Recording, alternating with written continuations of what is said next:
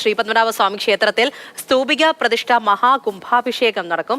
ശ്രീകോവിലിന് മുകളിൽ താഴികക്കുട പ്രതിഷ്ഠയും ശ്രീകോവിലിനുള്ളിൽ വിശ്വക്സേന പ്രതിഷ്ഠയും തിരുവമ്പാടി ശ്രീകൃഷ്ണസ്വാമി ക്ഷേത്രത്തിൽ അഷ്ടബന്ധവുമാണ് നടക്കുന്നത്. ഏറ്റവും വലിയ പ്രത്യേകത എന്താണെന്ന് വെച്ചാൽ 275 വർഷങ്ങൾക്ക് ശേഷമാണ് ശ്രീകോവിലെ താഴികക്കുടം മാറ്റി സ്ഥാപിക്കുന്ന ചടങ്ങ് നടന്നത് എന്നുള്ളതാണ്. 300 വർഷത്തോളം പഴക്കമുള്ള വിശ്വക്സേന വിഗ്രഹമാണ് പുനരുദ്ധാരണം ചെയ്തത്. പ്രശാന്ത് കൃഷ്ണയാണ് വിവരങ്ങൾ നൽകാനുള്ളത്. അവിടെ നിന്നുള്ള ചടങ്ങിന്റെ ദൃശ്യങ്ങളാണ് ഇപ്പോൾ കാണുന്നത്. പ്രശാന്ത്, 275 വർഷങ്ങൾക്ക് ശേഷം എത്തുന്ന ഒരു ചടങ്ങ് എന്നുള്ള വലിയൊരു പ്രത്യേകതയുണ്ട്.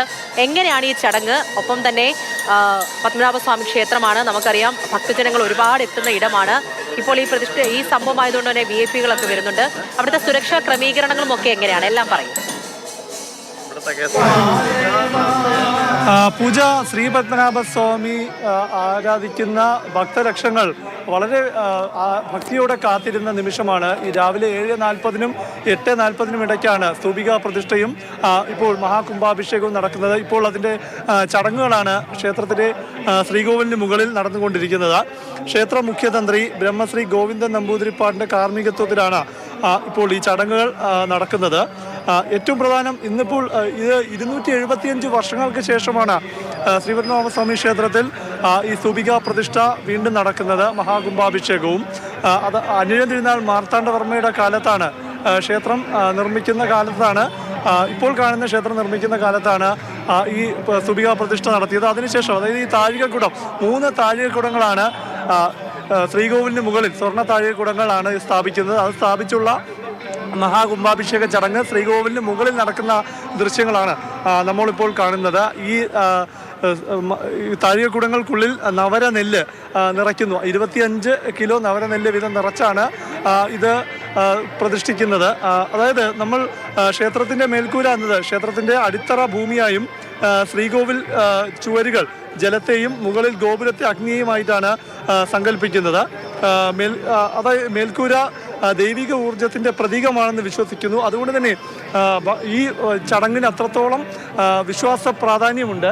പ്രത്യേകിച്ചും ഈ 300 വർഷങ്ങൾക്ക് മുൻപ് നടന്നൊരു ചടങ്ങ് വീണ്ടും ഇപ്പോൾ കാണാൻ കഴിയുന്നതിൻ്റെ വലിയ ഭക്തി നിർവൃതിയിലാണ് ഭക്തർ. ഇപ്പോൾ പടിഞ്ഞാറേ നടയിലാണ് ഞാനുള്ളത്. പടിഞ്ഞാറേ നടയിൽ ഭക്തരിപ്പോൾ പുറത്ത് LED വാൾ വച്ചിട്ടുണ്ട്. അതിലൂടെ ഈ ദൃശ്യങ്ങൾ, നമ്മളിപ്പോൾ ഈ കാണുന്ന ദൃശ്യങ്ങൾ ഭക്തർക്ക് കാണുന്നതിന് വേണ്ടി പുറത്തും ഒരുക്കിയിട്ടുണ്ട്. കാരണം ശ്രീകോവിലിന് മുകളിൽ നടക്കുന്ന ചടങ്ങായതുകൊണ്ട് തന്നെ അകത്ത് ഭക്തർ സാന്നിധ്യം കൊണ്ട് അവർ ആത്മനിർവൃതിയിലാണ്. പക്ഷേ പുറത്തത് കാണുന്നതിന് വേണ്ടി പുറത്ത് ഭക്തർ എത്തിയിട്ടുണ്ട്.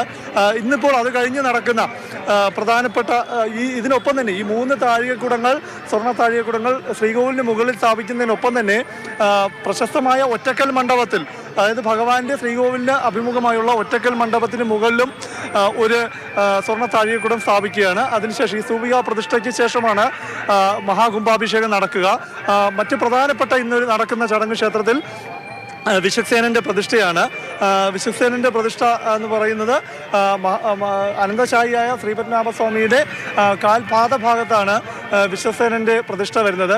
ഈ ക്ഷേത്രത്തിലെ നിത്യനിദാന ചെലവുകളെല്ലാം ദിവസവും വിശ്വക്സേനനെ ധരിപ്പിക്കണം എന്നതാണ് സങ്കല്പം. അപ്പോൾ വിശ്വക്സേനൻ്റെ പ്രതിഷ്ഠയും ശ്രീ പത്മനാഭസ്വാമിയുടെ പ്രതിഷ്ഠയോളം തന്നെ, ഇപ്പോഴുള്ള പ്രതിഷ്ഠയോളം തന്നെ പഴക്കമുള്ളതാണ്. ഏകദേശം 300 വർഷം പഴക്കമുള്ള വിശ്വക്സേന പ്രതിഷ്ഠയാണ് ഇപ്പോൾ പുതുക്കി പണിഞ്ഞ് അത് വീണ്ടും നിർമ്മിച്ചിരിക്കുന്നത്. കടിശർക്കര യോഗ കൂട്ടുകൊണ്ട്, അതായത് ഈ ദേവവിഗ്രഹം വാർക്കുന്ന ഒരു മിശ്രിതമാണ് കടിശർക്കര കൂട്ട് എന്നത്. ശ്രീ പത്മനാഭസ്വാമിയുടെ വിഗ്രഹം 12,008 സാളഗ്രാമങ്ങൾ പിന്നെ ഒരുപാട് മറ്റു കൂട്ടുകളും കൊണ്ട് നിർമ്മിച്ചതാണ്. അതായത് ഒരു മനുഷ്യ ശരീരത്തിലെ അസ്ഥിയും നാഡീഞരമ്പുകളും എങ്ങനെയാണോ അതുപോലുള്ള നിർമ്മിതിയാണ് ഒരു കടിശർക്കര യോഗക്കൂട്ടിലുള്ള വിഗ്രഹം എന്ന് പറയുന്നത്. അപ്പോൾ ആ വിശ്വസേനൻ്റെ പ്രതിഷ്ഠയും ഇതോടൊപ്പം നടക്കുന്നു. ഇതിന് പുറമെ നടക്കുന്ന മറ്റൊരു പ്രധാനപ്പെട്ട ചടങ്ങ് തിരുവമ്പാടി ശ്രീകൃഷ്ണസ്വാമി ക്ഷേത്രത്തിലെ അഷ്ടബന്ധമാണ്.